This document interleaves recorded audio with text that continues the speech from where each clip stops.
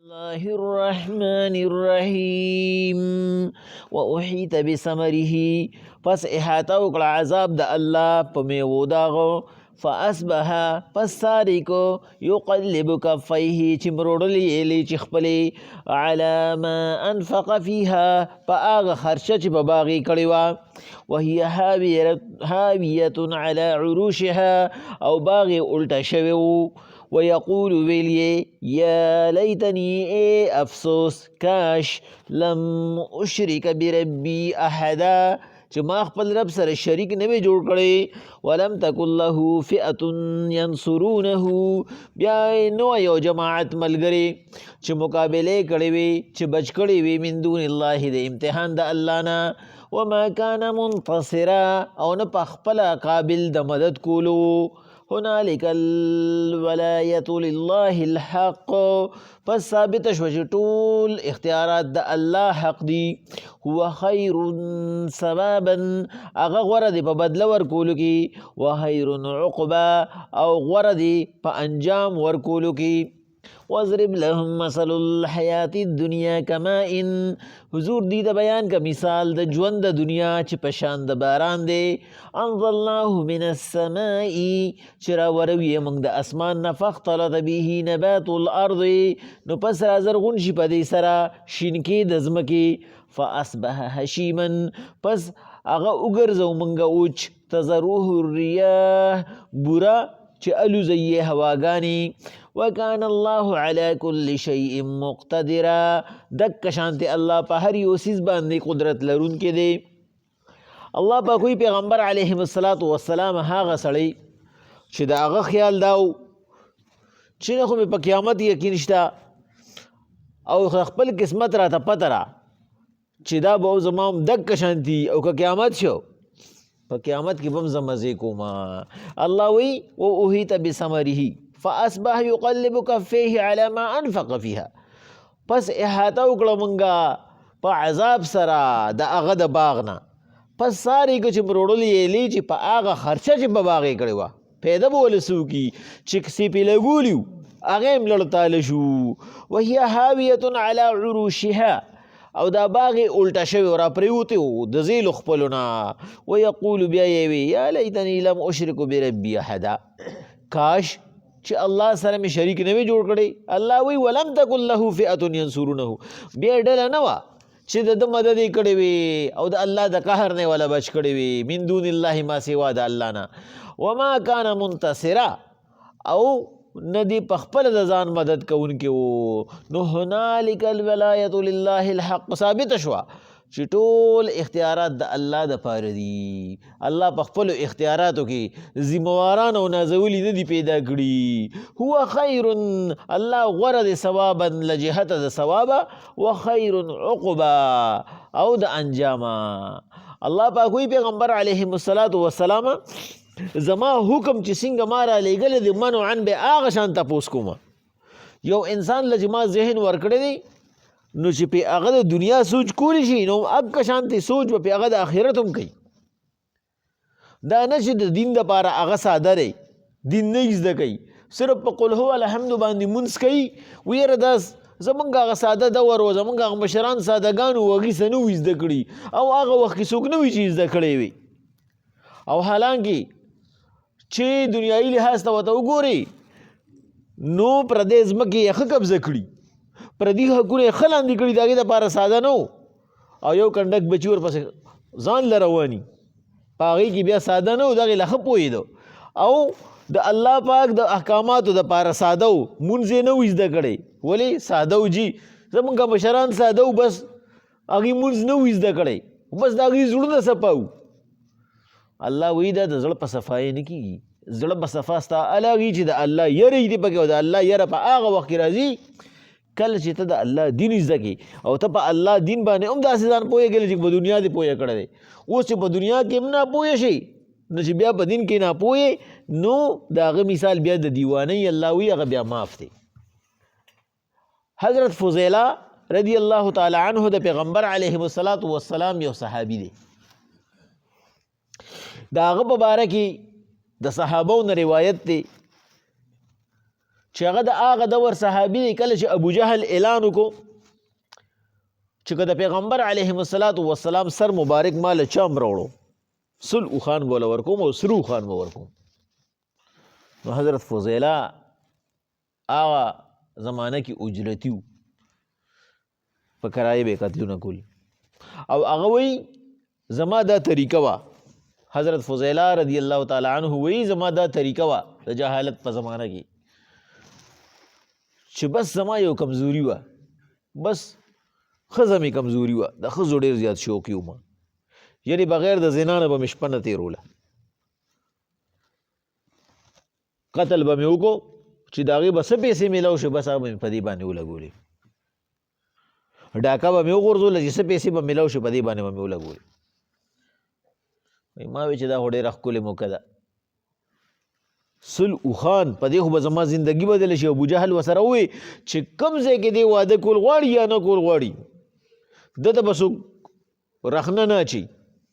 چا چې دا کار وکړو بس هغه چې څه کوي نو هغه دې کوي، هغه به ازادي. یعنی چې کومه شیطاني حربه وه د پیغمبر علیهم السلام د قتل دپاره هغه چې کوم دی نو هغه ووایي، هغه وایي ما توره تېره کړه اوږې ته مې کړه، څادر مې پې په سر کړو او چې راتلمه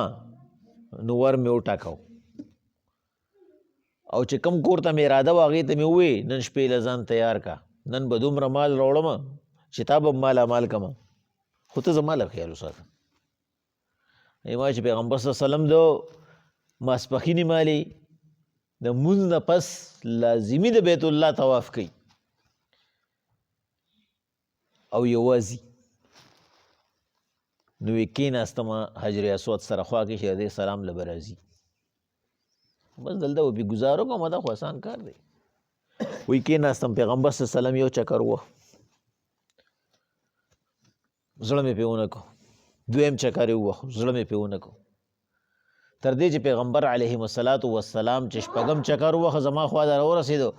ما ته یې ویې ګورې یو پاتې دی فضیله، یو چکر پاتې دی ګورې، بس ما باندې سم روب راغی، ځکه چې پیغمبر علیهم السلام وایي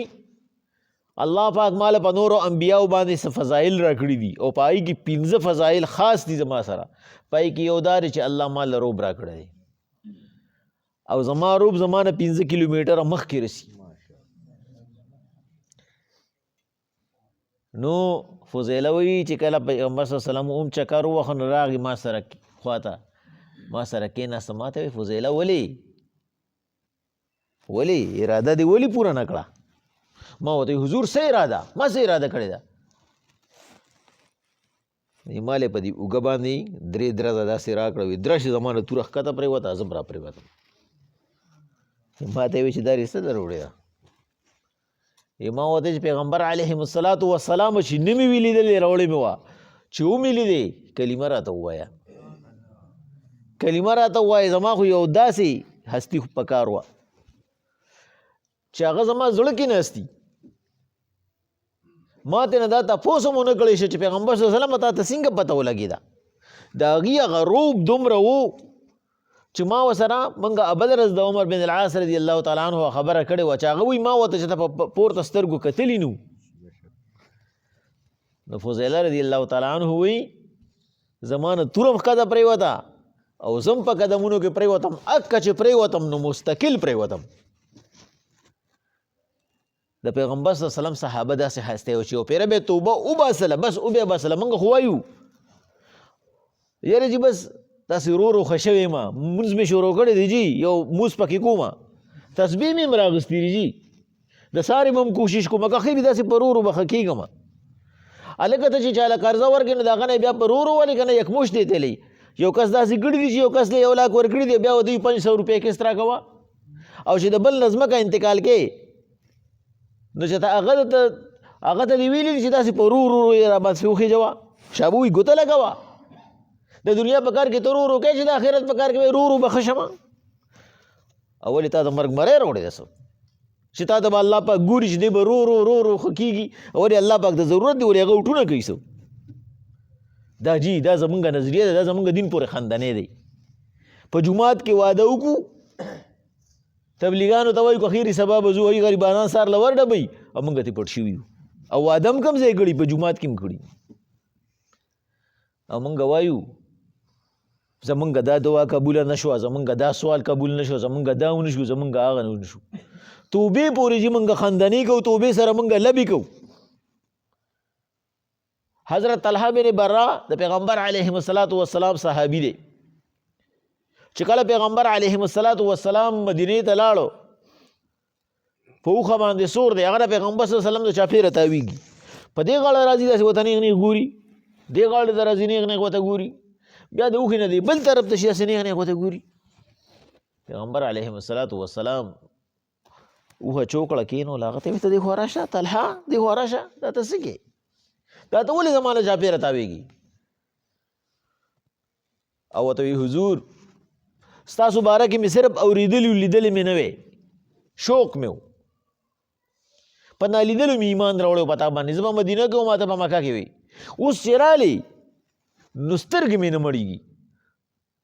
زه به چې څنګه تاسو ته وګورم او ستاسو دا تصویر څنګه د خپلو سترګو کې قید کړم نو کله په یو طرف راتاویږم نو زړه مې موړ نه شي نو په بل طرف راتاو شم هغه د پیغمبر علیهم السلام داسې صحابه پیغمبر صلی الله علیه وسلم ورته څه وویل وی طلحه دی خو ما له خواله راشه وی ای خدای پاکه دا طلحه د سره داسې مینه وکړه لکه څنګه چې د ما سره نن مینه کړې ده کله په میدان حشر کې د سره داسې میلو شه لکه څنګه چې دی نن ما سره میلو شو په داسې حالت کې ورسره میلو شه چې دی خوشحاله کړي نو دا د هر هغه چا دپاره دعا شوه څوک چې د پیغمبر علیهم السلام پر وړلی شوي دین باندې عمل کوي که هغه عمل د هغه مالی که هغه جانی که هغه لسانی که هغه بالیدي هغه د لاس وي هغه د خپو وي هغه د ژبې هغه د خولي چې څنګه هم د الله د پیغمبر د دین سره مدد کوي نو د پیغمبر دا دعا ده د هغه دپاره چې خدای پاکه د سره داسې میلو شه چې دی خوشحاله شي خو هغې چې په موږ کې خو هم څه لږ غونده کې لیاقت خدا راشي چې د پیغمبر هغه دین خو زده کړو که نه موږ ته خو د حلال و حرامو ښه پته وي او بیا هم کوو او زمونږ پښتنو خو له خپله چې کوم دی نو یو طریقه هم ایستې ده وایي په آرامو کې آرامي نو دې آرامو پته به یې ولګي خو د هغه الوګانو والا په شانتې چې هغوی ټوله ورځ الوګانو باسي دلته تېنه مونځي او چې بیا قبر ته کوز کړي او د الوګانو دا بوری والا دې سر ته کېږي او یو پې د پاسه کېږي نو دکه چل به ورسره بیا کوي بیا به د آرام او د آرام پته ولګي خو افسوس چې موږ هغه نه وینو موږ ته الله ښیي نه الله پاک دی په موږ تاسو باندې رحم وکړي چې موږ له غونته کې د تصور جوړ کړو زموږ له غونته کې د خپل دین سره مینه پیدا شي الله پاک وایي پیغمبر صلی الله علیه وسلم نو هنالک الولایة لله الحق ټول اختیارات ګورې د الله برحق دي اب خپل اختیار کې څوک شاملی نه هو خیر ثوابا و خیر عقبا غوره بدله ورکوونکی دی او غوره دی په لحاظ د انجام واضرب لهم مثل الحیات الدنیا کما ان انزلناه من السماء حضور دې د دنیا مثال بیان کا په شان د باران دی